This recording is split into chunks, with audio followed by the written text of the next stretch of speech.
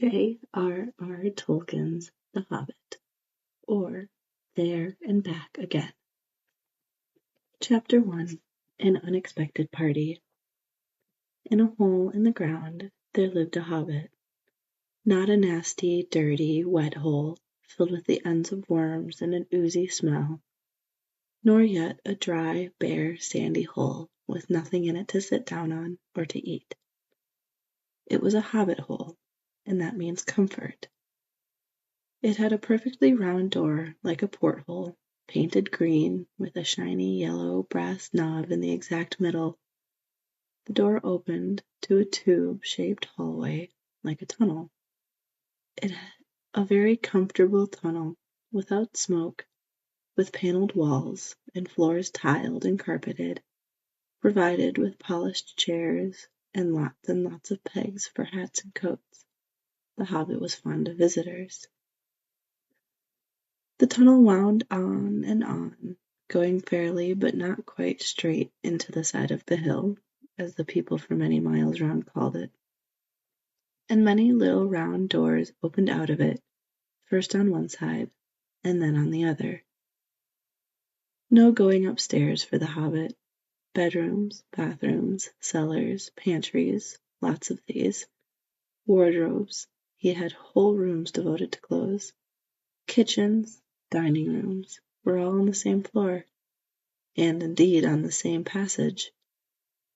The best rooms were all on the left-hand side going in, for these were the only ones to have windows, deep-set, round windows, looking over his garden, and meadows beyond, sloping down to the river. This hobbit was a very well-to-do hobbit, and his name was Baggins. The Bagginses had lived in the neighborhood of the hill for time out of mind, and people considered them very respectable, not only because most of them were rich, but also because they never had any adventures or did anything unexpected. You could tell what a Baggins would say on any question without the bother of asking him. This is a story of a Baggins who had an adventure and found himself doing and saying things altogether unexpected. He may have lost the neighbors' respect, but he gained, well, you will see whether he gained anything in the end. The mother of our particular hobbit, what is a hobbit? I suppose hobbits need some description nowadays, since they have become rare and shy of the big people, as they call us. They are, or were, a little people, about half our height, and smaller than the bearded dwarves. Hobbits have no beards. There is little or no magic about them, except the ordinary, everyday sort, which helps them to disappear quietly and quickly when large stupid folk like you and me come blundering along, making a noise like elephants, which they can hear a mile off. They are inclined to be fat in the stomach. They dress in bright colors, chiefly green and yellow, wear no shoes, because their feet grow natural leathery soles, and thick, warm brown hair like the stuff on our heads, which is curly. Have long, clever brown fingers, good-natured faces, and laugh deep, fruity laughs, especially after dinner, which they have twice a day when they can get it. Now you know enough to go on with. As I was saying, the mother of this hobbit, of Bilbo Baggins that is, was the famous Belladonna Took, one of the 3 remarkable daughters of the old Took, head of the hobbits who lived across the water, the small river that ran at the foot of the hill. It was often said in other families that long ago one of the Took ancestors must have taken a fairy wife. That was, of course, absurd, but certainly there was still something not entirely hobbit-like about them, and once in a while members of the Took clan would go and have adventures. They discreetly disappeared, and the family hushed it up, but the fact remained that the Tooks were not as respectable as the Bagginses, though they were undoubtedly richer. Not that Belladonna Took ever had any adventures after she became Miss Bungo Baggins. Bungo, that was Bilbo's father, built the most luxurious hobbit hole for her, and partly with her money, that was to be found either under the hill or over the hill or across the water, and there they remained to the end of their days. Still, it is probable that Bilbo, her only son, although he looked and behaved exactly like a second edition of his solid and comfortable father, got something a bit queer in his make-up from the Took side, something that only waited for a chance to come out.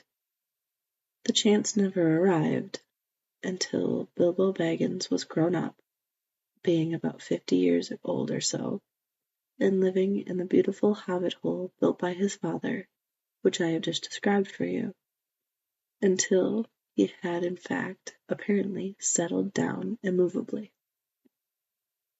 By some curious chance, one morning long ago in the quiet of the world, when there was less noise and more green, and the hobbits were still numerous and prosperous, and Bilbo Baggins was standing at his door after breakfast, smoking an enormous long wooden pipe that reached nearly down to his woolly toes, neatly brushed, Gandalf came by. Gandalf, if you have heard only a quarter of what I have heard about him, and I have only heard very little of all that there is to hear, you would be prepared for any sort of remarkable tale. Tales and adventures sprouted up all over the place wherever he went, in the most extraordinary fashion. He had not been down that way under the hill for ages and ages, not since his friend the old Took died, in fact, and the hobbits had almost forgotten what he looked like. He had been away over the hill and across the water on business of his own, since they were all small hobbit boys and hobbit girls. All that the unsuspecting Bilbo saw that morning was an old man with a staff. He had a tall, pointed blue hat and a long gray cloak, a silver scarf over which his long white beard hung down below his waist, and immense black boots. "Good morning," said Bilbo, and he meant it. The sun was shining, and the grass was very green, but Gandalf looked at him from under long bushy eyebrows that stuck out further than the brim of his shady hat. "What do you mean?" he said. "Do you wish me a good morning, or mean that it is a good morning whether I want it or not? Or that you feel good this morning, or that it is a morning to be good on?" "All of them at once," said Bilbo, "and a very fine morning for a pipe of tobacco out of doors, into the bargain. If you have a pipe about you, sit down and have a fill of mine. There is no hurry. We have all day before us." Then Bilbo sat down on a seat by his door, crossed his legs, and blew out a beautiful grey ring of smoke that sailed up into the air without breaking, and floated away over the hill. "Very pretty," said Gandalf, "but I have no time to blow smoke rings this morning. I am looking for someone to share in an adventure that I am arranging, and it's very difficult to find anyone." "I should think so, in these parts. We are plain, quiet folk, and have no use for adventures. Nasty, disturbing, uncomfortable things. Make you late for dinner. I can't think what anybody sees in them," said our Mr. Baggins, and stuck one thumb behind his braces and blew out another even bigger smoke ring. Then he took out his morning letters and began to read, pretending to take no more notice of the old man. He had decided that he was not quite his sort, and wanted him to go away. But the old man did not move. He stood, leaning on his stick, and gazing at the Hobbit without saying anything, till Bilbo got quite uncomfortable and even a little cross. "Good morning," he said at last. "We don't want any adventures here, thank you. You might try over the hill or across the water." By this he meant that the conversation was at an end. "What a lot of things you do use good morning for," said Gandalf. "Now you mean that you want to get rid of me, and that it won't be good till I move off." Not at all, my dear sir. Let me see, I don't think I know your name." Yes, my dear sir, and I do know your name, Mr. Bilbo Baggins. And you do know my name, though you don't remember that I belong to it. I am Gandalf, and Gandalf means me. To think that I should have lived to be good-morninged by Belladonna Took's son, as if I was selling buttons at the door. Gandalf, good gracious me! Not the wandering wizard that gave old Took a pair of magic diamond studs, that fastened themselves, and never came undone till ordered. Not the fellow who used to tell such wonderful tales at parties about dragons and goblins, and giants, and the rescue of princesses, and unexpected luck of widows' sons. Not the man that used to make such particularly excellent fireworks. I remember those. Old Took used to have them at Midsummer's Eve. Splendid.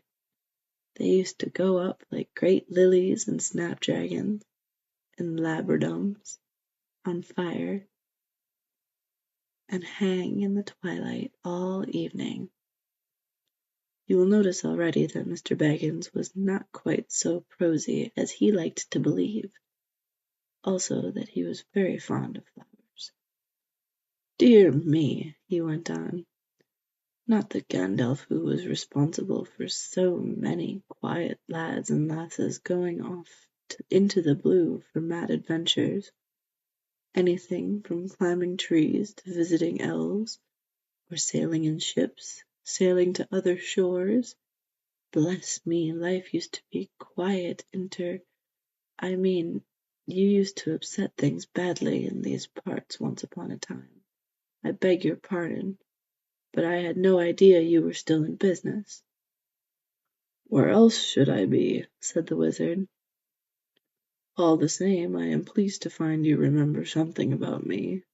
You seem to remember my fireworks kindly, at any rate, and that is not without hope. Indeed, for your old grandfather Took's sake, and for the sake of poor Belladonna, I will give you what you asked for." "I beg your pardon, I haven't asked for anything." "Yes, you have, twice now. My pardon, I give it to you.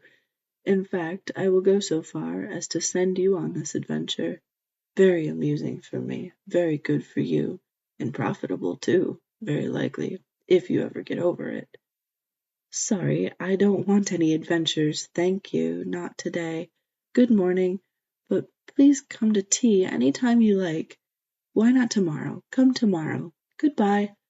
And with that, the Hobbit turned and scuttled inside his round green door, and shut it as quickly as he dared, not to seem rude. Wizards, after all, are wizards. And what on earth did I ask him to tea for? He asked himself as he went to the pantry. He had only just had breakfast, but he thought a cake or two and a drink of something would do him good after his fright. Gandalf, in the meantime, was still standing outside the door and laughing long but quietly.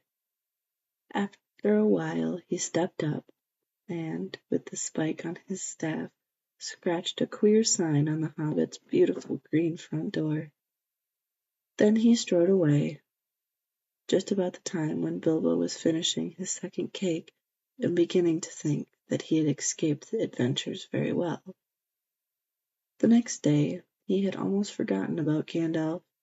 He did not remember things very well, unless he put them down on his engagement tablet, like this: Gandalf tea Wednesday. Yesterday he had been too flustered to do anything of the kind. Just before tea time there came a tremendous ring on the front door bell, and then he remembered. He rushed and put it on the kettle, and put out another cup and saucer and an extra cake or two, and ran to the door. "I am so sorry to keep you waiting," he was going to say, when he saw that it was not Gandalf at all. It was a dwarf, with a blue beard tucked into a golden belt, very bright eyes under his dark green hood. As soon as the door was opened, he pushed inside, just as if he had been expected.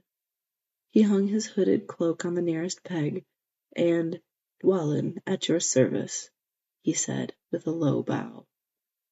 "Bilbo Baggins at yours," said the Hobbit, still too surprised to ask any questions for the moment. When the silence that followed had become uncomfortable, he added, "I'm just about to take tea. Pray come and have some with me." A little stiff, perhaps, but he meant it kindly. And what would you do if an uninvited dwarf came and hung his things up in your hall without a word of explanation?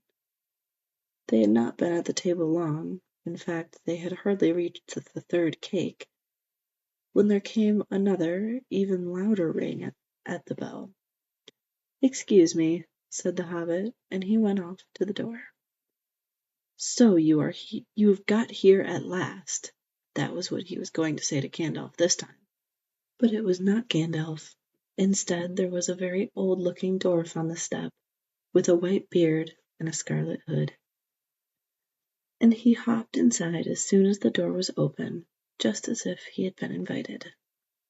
"I see they've begun to arrive already," he said, when he caught sight of Dwalin's green hood hanging up. He hung his red one next to it, and "Balin, at your service," he said, with his hand on his breast. "Thank you," said Bilbo with a gasp. It was not the correct thing to say, but "they have begun to arrive" had flustered him badly. He liked visitors, but he liked to know them before they arrived, and he preferred to ask them himself. He had a horrible thought that the cakes might run short, and then he, as the host, knew his duty and stuck to it, however painful. He might have to go without. "Come along in and have some tea," he managed to say after taking a deep breath. "A little beer would suit me better, if it is all the same to you, my good sir," said Balin with the white beard. "But I don't mind some cake, seed cake, if you have any." "Lots?" Bilbo found himself answering, to his own surprise. And he found himself scuttling off, too, and to the cellar, to fill a pint beer mug, and then to a pantry to fetch 2 beautiful round seed cakes which he had baked that afternoon for his after-supper morsel. When he got back, Balin and Dwalin were talking at the table like old friends. As a matter of fact, they were brothers. Bilbo plumped down the beer and the cake in front of them, when loud came a ring at the bell again, and then another ring. Gandalf for certain this time, he thought as he puffed along the passage, but it was not. It was 2 more dwarves, both in blue hoods, silver belts, and yellow beards, and each of them carried a bag of tools and a spade. In they hopped as soon as the door began to open. Bilbo was hardly surprised at all. "What can I do for you, my dwarves?" he said. "Killy, at your service," said the one, and "Filly," added the other. And they both swept off their blue hoods and bowed. "At yours and your families," replied Bilbo, remembering his manners this time. "Dwalin and Balin here already, I see," said Killy. "Let us join the throng. Throng, thought Mr. Baggins. I don't like the sound of that. I really must sit down for a minute and collect my wits and have a drink. He had only just had a sip in the corner while the 4 dwarfs sat round at the table and talked about mines and gold and trouble with goblins and the depredations of dragons and lots of other things which he did not understand and did not want to, for they sounded much too adventurous. Then, ding dong ling dang, his bell rang again, as if some naughty little hobbit boy was trying to pull the handle off. Someone at the door, he said, blinking. Some 4, I should say by the sound, said Philly. Besides, I saw them coming along behind us in the distance. The poor little hobbit sat down in the hall and put his head in his hands, and wondered what had happened, and what was going to happen, and whether they would all stay for supper. Then the bell rang again, louder than ever, and he had to run to the door. It was not 4 at all, it was 5. Another dwarf had come along while he was wandering down the hall. He had hardly turned the knob before they were all inside, bowing and saying "at your service," one after the other. Dorry, Norry, Orry, Owen, and Glowin were their names, and very soon 2 purple hoods, a grey hood, a brown hood, and a white hood were hanging on the pegs, and off they marched, with their broad hands stuck in their gold and silver belts to join the others. Already it had almost become a throng. Some called for ale, and some for porter, and one for coffee, and all of them for cakes. So the hobbit was kept very busy for a while. A big jug of coffee had just been set on the hearth, and seed cakes were gone, and the dwarfs were starting on a round of buttered scones, when there came a loud knock, not a ring, but a hard rat-tat on the hobbit's beautiful green door. Somebody was banging with a stick. Bilbo rushed along the passage, very angry and altogether bewildered and bewuthered. This was the most awkward Wednesday he ever remembered. He pulled open the door with a jerk, and they all fell in, one on top of the other. More dwarfs, 4 more. And there was Gandalf behind, leaning on his staff and laughing. He had made quite a dent in the beautiful door. He had also, by the way, knocked out the secret mark that he had put there the morning before. Carefully, carefully, he said. It's not like you, Bilbo, to keep friends waiting on the mat, and then open the door like a pop gun. Let me introduce Bifur, Bofur, Bombur, and especially Thorin. At your service, said Bifur, Bofur, and Bombur, standing in a row. Then they hung up 2 yellow hoods and a pale green one, and also a sky blue one, with a long silver tassel. This last belonged to Thorin, an enormously important dwarf, in fact, no other than the great Thorin Oakenshield himself, who was not at all pleased at falling flat on Bilbo's mat with Bifur, Bofur, and Bombur on top. For one thing, Bombur was immensely fat and heavy. Thorin, indeed, was very haughty, and said nothing about service. But poor Mr. Baggins said he was sorry so many times that at last he grunted, "Pray don't mention it," and stopped frowning. "Now we are all here," said Gandalf, looking at the row of 13 hoods, the best detachable party hoods, and his own hat hanging on the pegs. "Quite a merry gathering. I hope there's something left for the late-comers to eat and drink. What's that? Tea? No, thank you. A little red wine, I think, for me." "And for me," said Thorin. "And raspberry jam and apple tart," said Bifur. "And mince pies and cheese," said Beaufort. "And pork pie and salad," said Bomber. "And more cakes, and ale, and coffee, if you don't mind," called the other dwarfs through the door. "Put on a few eggs, there's a good fellow," Gandalf called after him as the hobbits stumped off to the pantries. "And just bring out the cold chicken and pickles."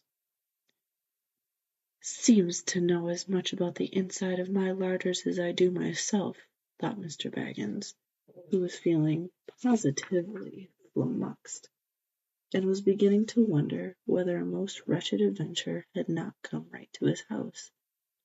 By the time he had gotten all the bottles and dishes and knives and forks and glasses and plates and spoons and things piled up on big trays, he was getting very hot and red in the face and annoyed. "Confuscate and be bothered with these dwarfs," he said aloud. "Why don't they come and lend a hand?" Lo and behold, there stood Balin and Dwalin at the door of the kitchen, and Fili and Kili behind them, and before he could say "knife," they had whisked the trays and a couple of small tables into the parlour and set out everything afresh. Gandalf sat at the head of the party with the 13 dwarfs all around, and Bilbo sat on a stool at the fireside, nibbling at a biscuit. His appetite was quite taken away, and trying to look as if this was all perfectly ordinary and not in the least an adventure. The dwarfs ate and talked, and time got on. At last they pushed their chairs back, and Bilbo made a move to collect the plates and glasses. "I suppose you will all stay to supper?" he said in his politest, unpressuring tones. "Of course," said Thorin, "and after. We shan't get through the business till late, and we must have some music first. Now to clear up."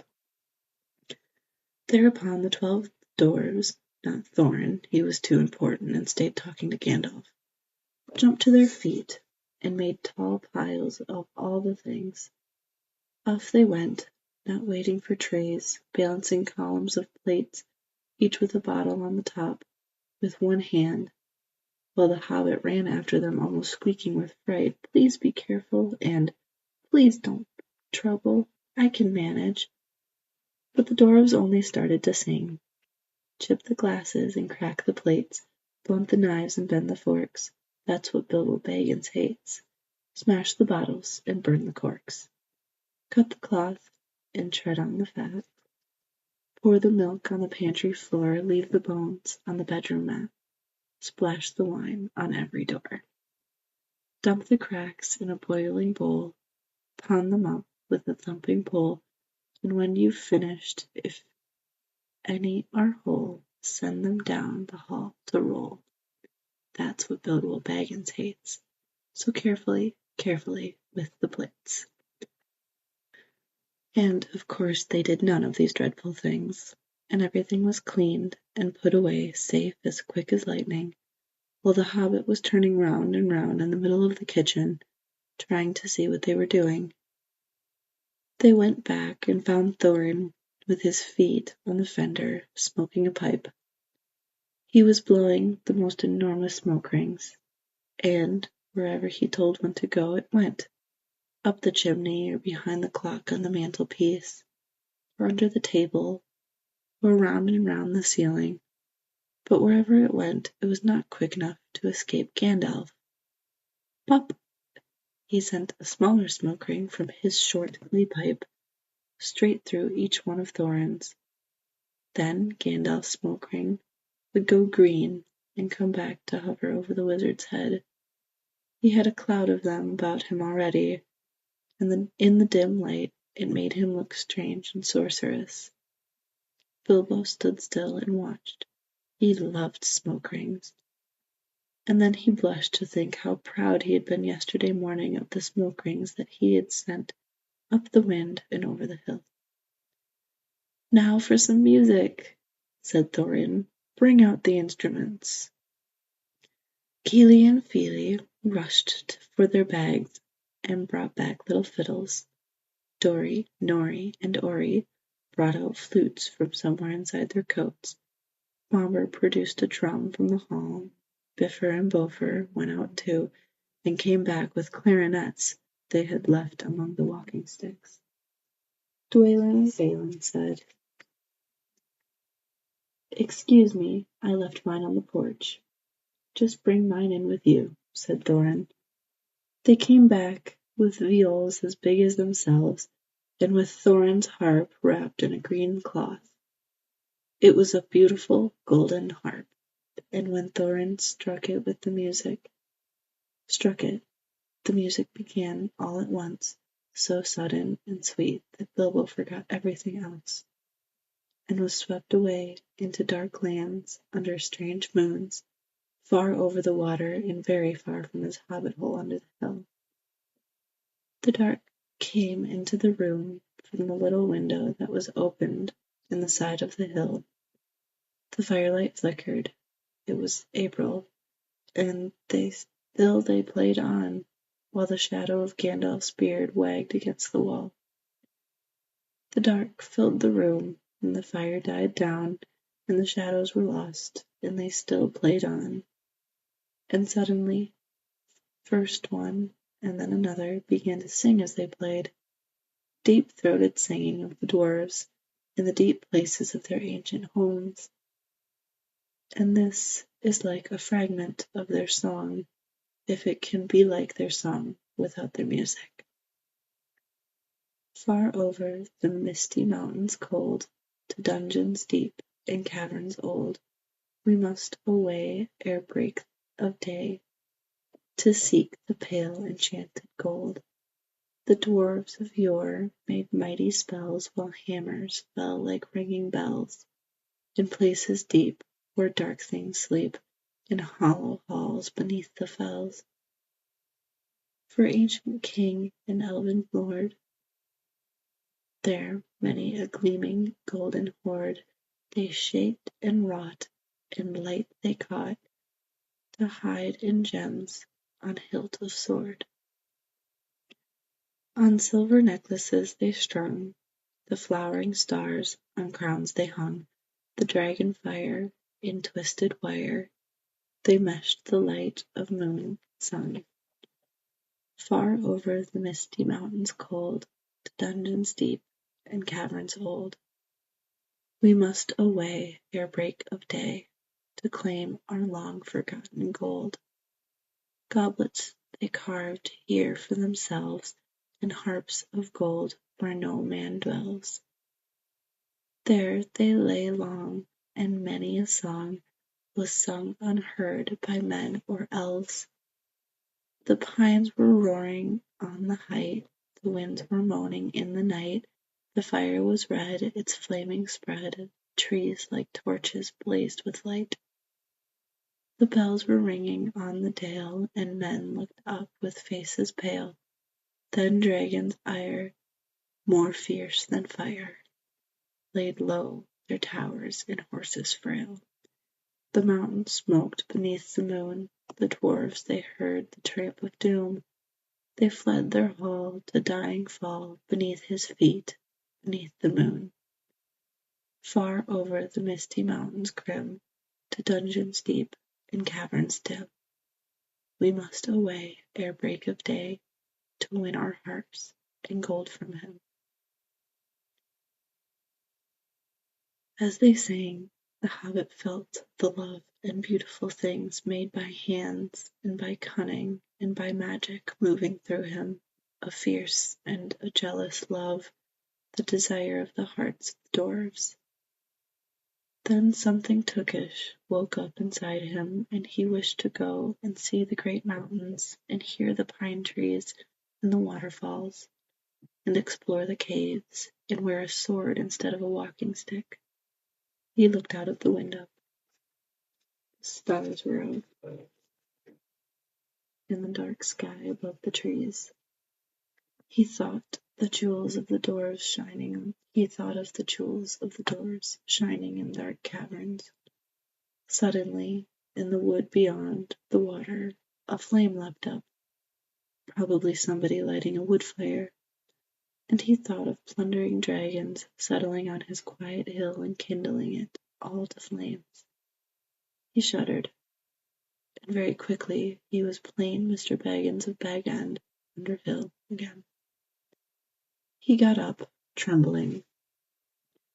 He had less than half a mind to fetch the lamp, and more than half a mind to pretend to, and then go out and hide under the beer barrels in the cellar, and not come out again until all the dwarfs had gone away.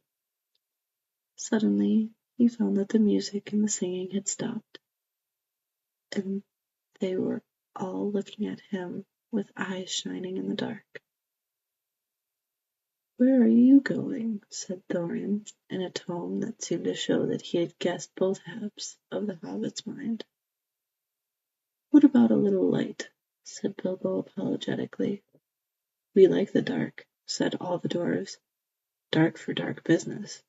There are many hours before dawn." "Of course," said Bilbo, and sat down in a hurry. He missed the stool and sat on the fender, knocking over the poker and a shovel with a crash.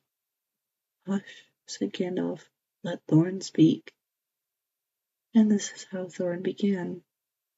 "Gandalf, dwarfs, and Mr. Baggins, we are met together in the house of our friend and fellow conspirator, this most excellent and audacious hobbit. May the hair on his toes never fall out, all praise to his wine and ale." He paused for breath and for a polite remark from the hobbit, but the compliments were quite lost on poor Bilbo Baggins, who was wagging his mouth in protest at being called audacious, and worst of all, a fellow conspirator. Though no noise came out, he was so flummoxed. So Thorin went on. "We are met to discuss our plans, our ways, means, policy, and devices. We shall soon, before the break of day, start on our long journey, a journey from which some of us, or perhaps all of us, except our friend and counselor, the ingenious wizard Gandalf, may never return. It is a solemn moment. Our object is, I take it, well known to us all, to the estimable Mr. Baggins, and perhaps to one or two of the younger dwarfs. I think I should be right in naming Keely and Feely, for instance. The exact situation at the moment may require a little brief explanation." This was Thorin's style. He was an important dwarf. If he had been allowed, he probably would have gone on like this until he was out of breath, without telling anyone there anything that was not known already. But he was rudely interrupted. Poor Bilbo couldn't bear it any longer. It may never return. He began to feel a shriek coming up inside, and very soon it burst out like the whistle of an engine coming out of a tunnel. All the dwarfs sprang up, knocking over the table. Gandalf struck a blue light at the end of his magic staff, and in its firework glare the poor little hobbit could be seen kneeling on the hearthrug, shaking like a jelly that was melting. Then he fell flat on the floor, and kept on calling out, "Struck by lightning, struck by lightning," over and over again. And that was all they could get out of him for a long time. So they took him and laid him out of the way on the drawing-room sofa, with a drink at his elbow, and they went back to their dark business.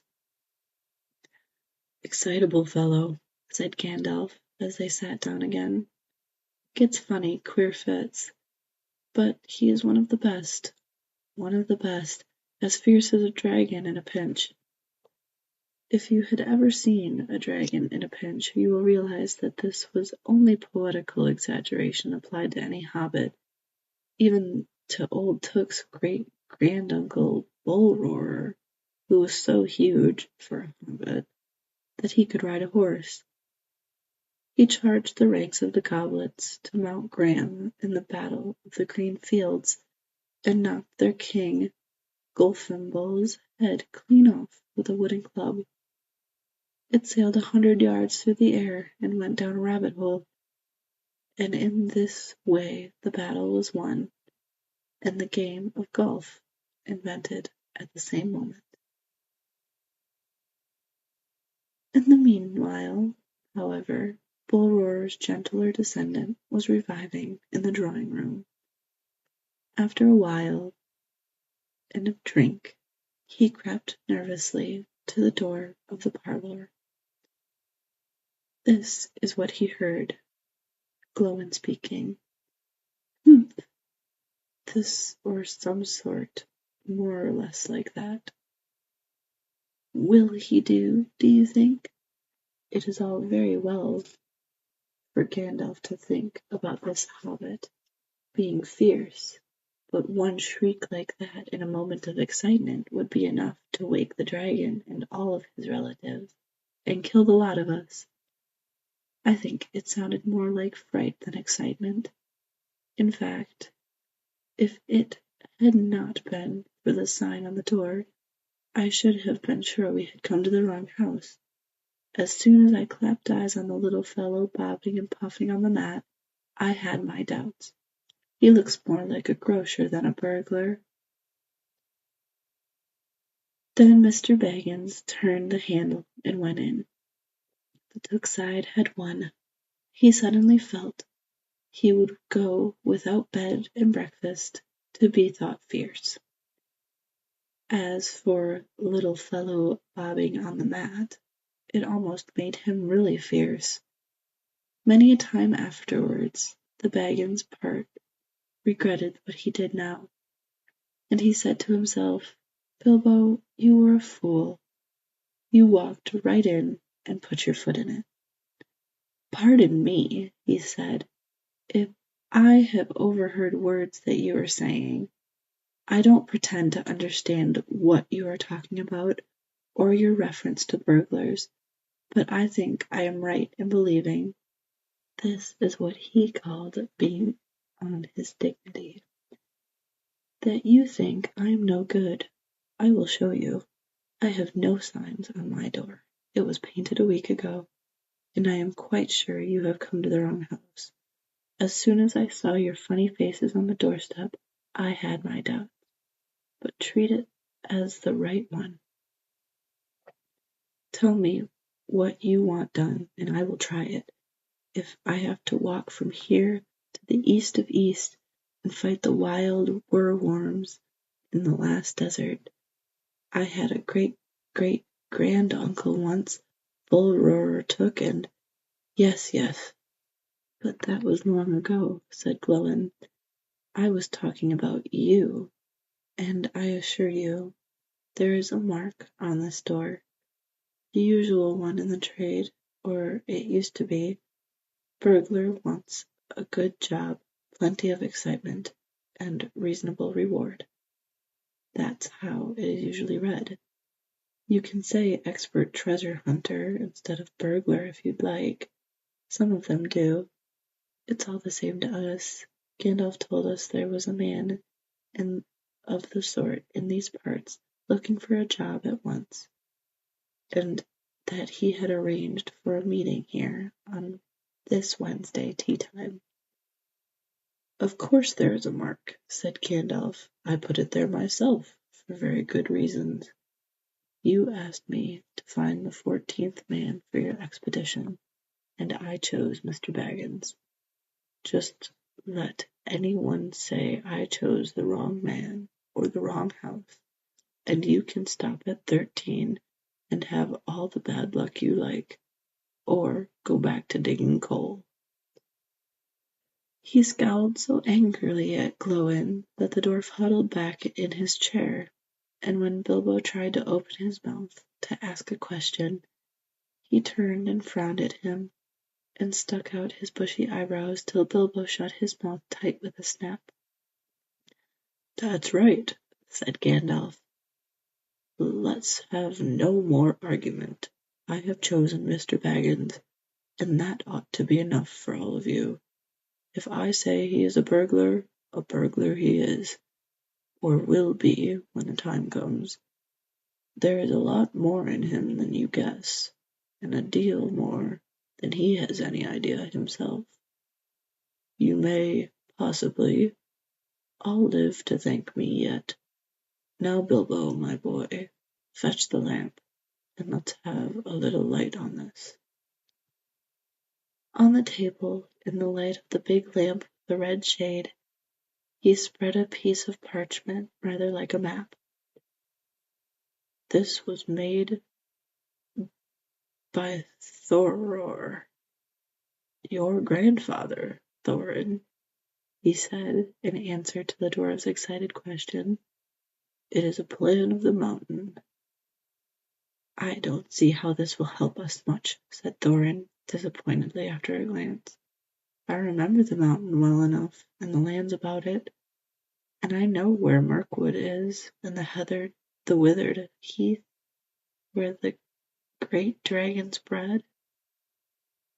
"There's a dragon marked in red on the mountain," said Balin, "but it will be easy enough to find him without that, if we ever arrive there."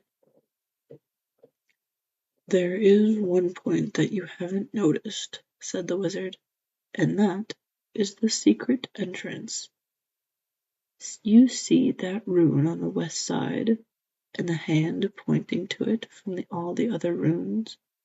That marks a hidden passage on the lower halls." "It may have been secret once," said Thorin, "but how do we know if it's secret any longer? Old Smaug has lived there long enough now, to find out anything there is to know about those caves." "He may, but he can't have used it for years and years." "Why?" "Because it is too small. 5 feet high the door, and 3 may walk abreast, say the runes. But Smaug could not creep into a hole that size, not even when he was a young dragon. Certainly not after devouring so many of the dwarves and men of Dale." "It seems a great big hole to me," squeaked Bilbo, who had no experience of dragons, and only of hobbit holes. He was getting excited and interested again. Also, he forgot to keep his mouth shut. He loved maps, and in his hall there hung a large one of the country round, with all his favorite walks marked on it in red ink. "How could such a large door be kept secret from anybody outside apart from the dragon?" he asked. He was only a little hobbit, you must remember. "In lots of ways," said Gandalf, "but in what way this one has been hidden, we don't know without going to see. From what it says on the map, I should guess there is a closed door, which has been made to look exactly like the side of the mountain. That is the usual dwarves' method. I think that is right, isn't it?" "Quite right," said Thorin. "Also," went on Gandalf, "I forgot to mention that with the map went a key, a small and curious key.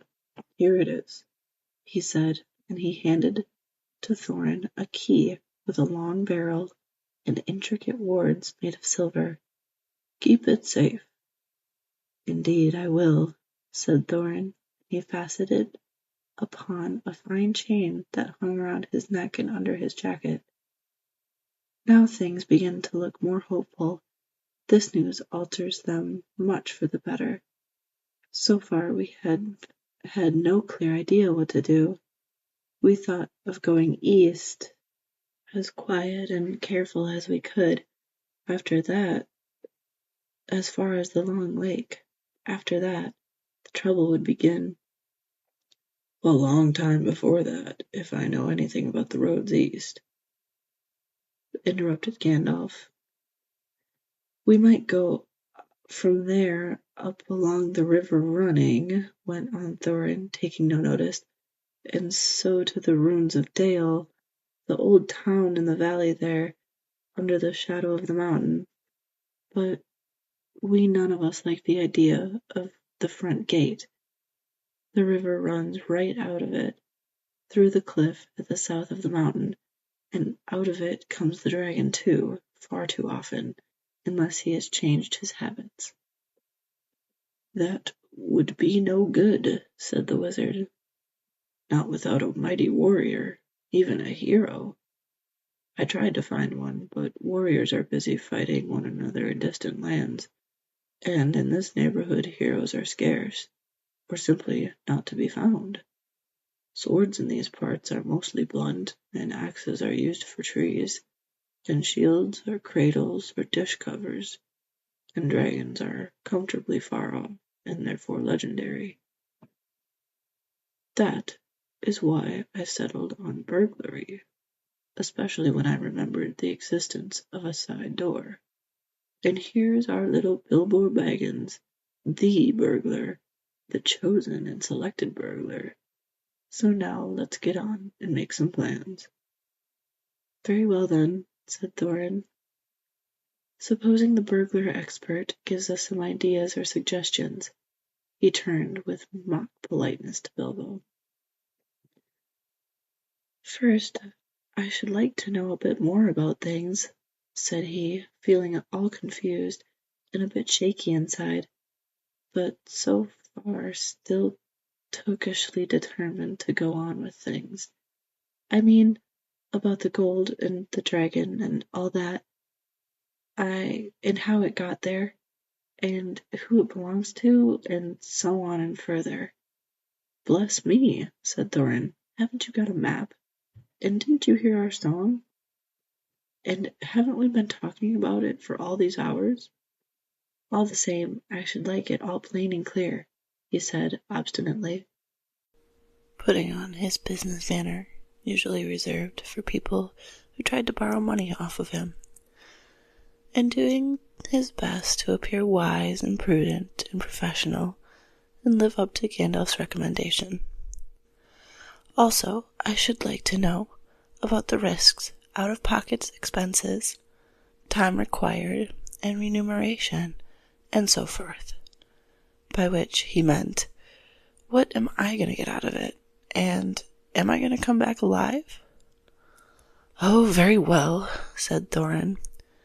"Long ago, my grandfather, Thor's time, our family was driven out of the far north, and came back with all their wealth and tools to this mountain on the map. It had been discovered by my far ancestor, Thrain the Old, but now they mined, and they tunneled, and they made huger halls and greater workshops. In addition, I believe, they found a good deal of gold, and a great many jewels, too. Anyway, they grew immensely rich and famous, and my grandfather was king under the mountain again, and treated with great reverence by mortal men who lived to the south, who were gradually spreading up the running river as far as the valley overshadowed by the mountain. They built the merry town of Dale there in those days. Kings used to send for our smiths and reward even the least skillful most richly. Fathers would beg us to take their sons as apprentices and pay us handsomely, especially in food supplies, which we never bothered to grow or find ourselves. Altogether, those were good days for us, and the poorest of us had money to spend and to lend, and leisure to make beautiful things just for fun of it, not to speak of the most marvelous and magical toys, the like of which is not to be found in the world nowadays. So my grandfather's halls became full of armor and jewels and carvings and cups, and the toy market of Dale was the wonder of the north. Undoubtedly, that was what brought the dragon.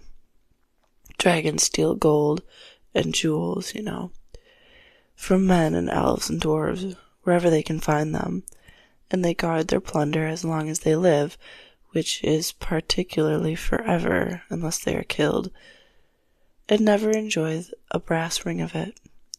Indeed, they hardly know a good bit of work from a bad, though they usually have a good notion of the current market value, and they can't make a thing for themselves, not even mend a little loose scale of their armor. There were lots of dragons in the north in those days, and gold was probably getting scarce up there, with the dwarves flying south and getting killed, and all the general waste and destructions that dragons make, going from bad to worse. There was a most especially greedy, strong, and wicked worm called Smaug. One day he flew up into the air and came to the south. The first we heard of it was a noise like a hurricane coming from the north, and the pine trees on the mountain creaking and cracking in the wind. Some dwarves who happened to be outside. I was lucky, a fine adventurous lad in those days, always wandering about, and it saved my life that day. Well, from a good way off we saw the dragon settle on our mountain in a spout of flame. Then he came down the slopes, and when he reached the woods they all went up in fire. By that time all the bells were ringing in Dale and the warriors were arming. The dwarves rushed out from their great gate, but there was a dragon waiting for 'em. None escaped that way. The river rushed up in steam, and a fog fell on Dale, and in the fog the dragon came on them and destroyed most of the warriors. The usual unhappy story. It was only too common in those days. Then he went back and crept in through the front gate and routed out all the halls and lanes and tunnels and alleys, cellars, mansions, and passages. After that there were no dwarves left alive inside, and he took all their wealth for himself, probably, for that is the dragon's way. He has piled it all up in a great heap far inside and sleeps on it for a bed.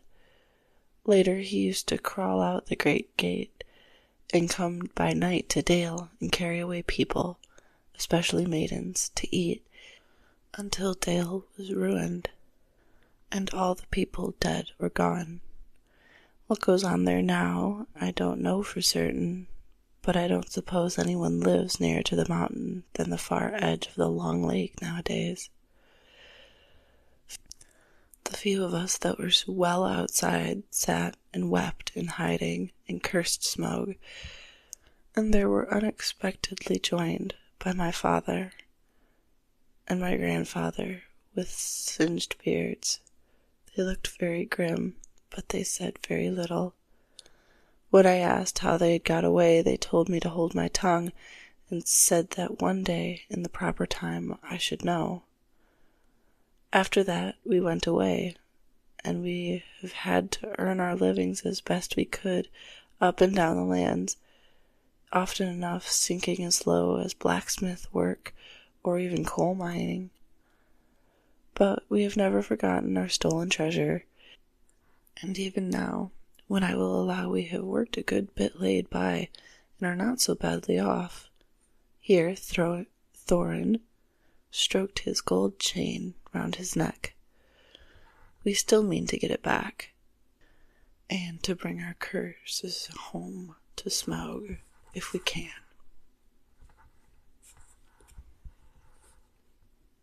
I have often wondered about my father's and my grandfather's escape.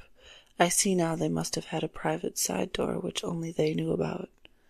But apparently they made a map, and I should like to know how Gandalf got a hold of it, and why it did not come down to me, the rightful heir. I did not get a hold of it. I was given it, said the wizard. Your grandfather Thor was killed, you remember, in the mines of Moria by Azog the goblin. Curse his name, yes, said Thorin. And Thrain, your father, went away on the 21st of April, 100 years ago last Thursday, and has never been seen by you since. True, true, said Thorin. Well, your father gave me this to give to you, and if I have chosen my own time and way for handing it over, you can hardly blame me, considering the trouble I had to find you. Your father could not remember his own name when he gave me the paper, and he never told me yours. So on the whole, I think I ought to be praised and thanked. Here it is," he said, handing the map to Thorin. "I don't understand," said Thorin, and Bilbo felt he would have liked to say the same. The explanation did not seem to explain. "Your grandfather," said the wizard, slowly and grimly, "gave me the map to his son for safety before he went to the mines of Moria. Your father went away to try his luck with the map after your grandfather was killed, and lots of adventures of a most unpleasant sort he had, but he never got near the mountain. How he got there I don't know, but I found him a prisoner of the dungeons of the necromancer." "Whatever were you doing there?" asked Thorin with a shudder, and all the dwarves shivered. "Never you mind. I was finding things out, as usual, and a nasty, dangerous business it was. Even I, Gandalf, only just escaped. I tried to save your grandfather, but it was too late. He was witless and wandering, and had forgotten almost everything except the map and the key." "We have long ago paid the goblins of Moria," said Thorin. "We must give a thought to the necromancer." "Don't be absurd. He is an enemy far beyond the powers of the dwarves altogether. If they could all be collected again from the four corners of the world, the one thing your father wished was for his son to read the map and use the key. The dragon and the mountain are more than big enough tasks for you." "Hear, hear," said Bilbo, and accidentally said it aloud. "Hear what?" they all said, turning subtly towards him. And he was so flustered that he answered, "Hear what I have got to say." "What's that?" they asked. "Well, I should say that you ought to go east and have a look round. After all, there is a side door, and dragons sleep sometimes, I suppose. If you sit on the doorstep long enough, I dare say you will think of something. And, well, I don't know. I think we have talked long enough about for one night, if you see what I mean, about bed and an early start and all that. I will give you a good breakfast before you go." "Before we go, I suppose you mean," said Thorin. "Aren't you the burglar? And isn't sitting on the doorstep your job, not to speak of getting inside the door? But I agree about bed and breakfast. I like 6 eggs with my ham when starting on a journey, fried, not poached, and mind you don't break them." After all the others had ordered their breakfasts without so much as a please, which annoyed Bilbo very much, they all got up. The Hobbit had to find room for them all, and filled all his spare rooms, and made beds on chairs and sofas, before he got them all stowed, and went on to his own little bed, very tired, and not altogether happy. One thing he did make his mind up about was not to bother to get up very early and cook everybody else's wretched breakfast. The tookishness was wearing off, and he was not now quite sure that he was going on a journey of any kind in the morning. As he lay in bed, he could hear Thorin still humming to himself in the best bedroom next to him. "Far over the misty mountains cold, to dungeons deep and caverns old, we must away ere break of day, to find our long-forgotten gold." Bilbo went to sleep with that in his ears, and it gave him very uncomfortable dreams. It was long before the break of day when he woke up.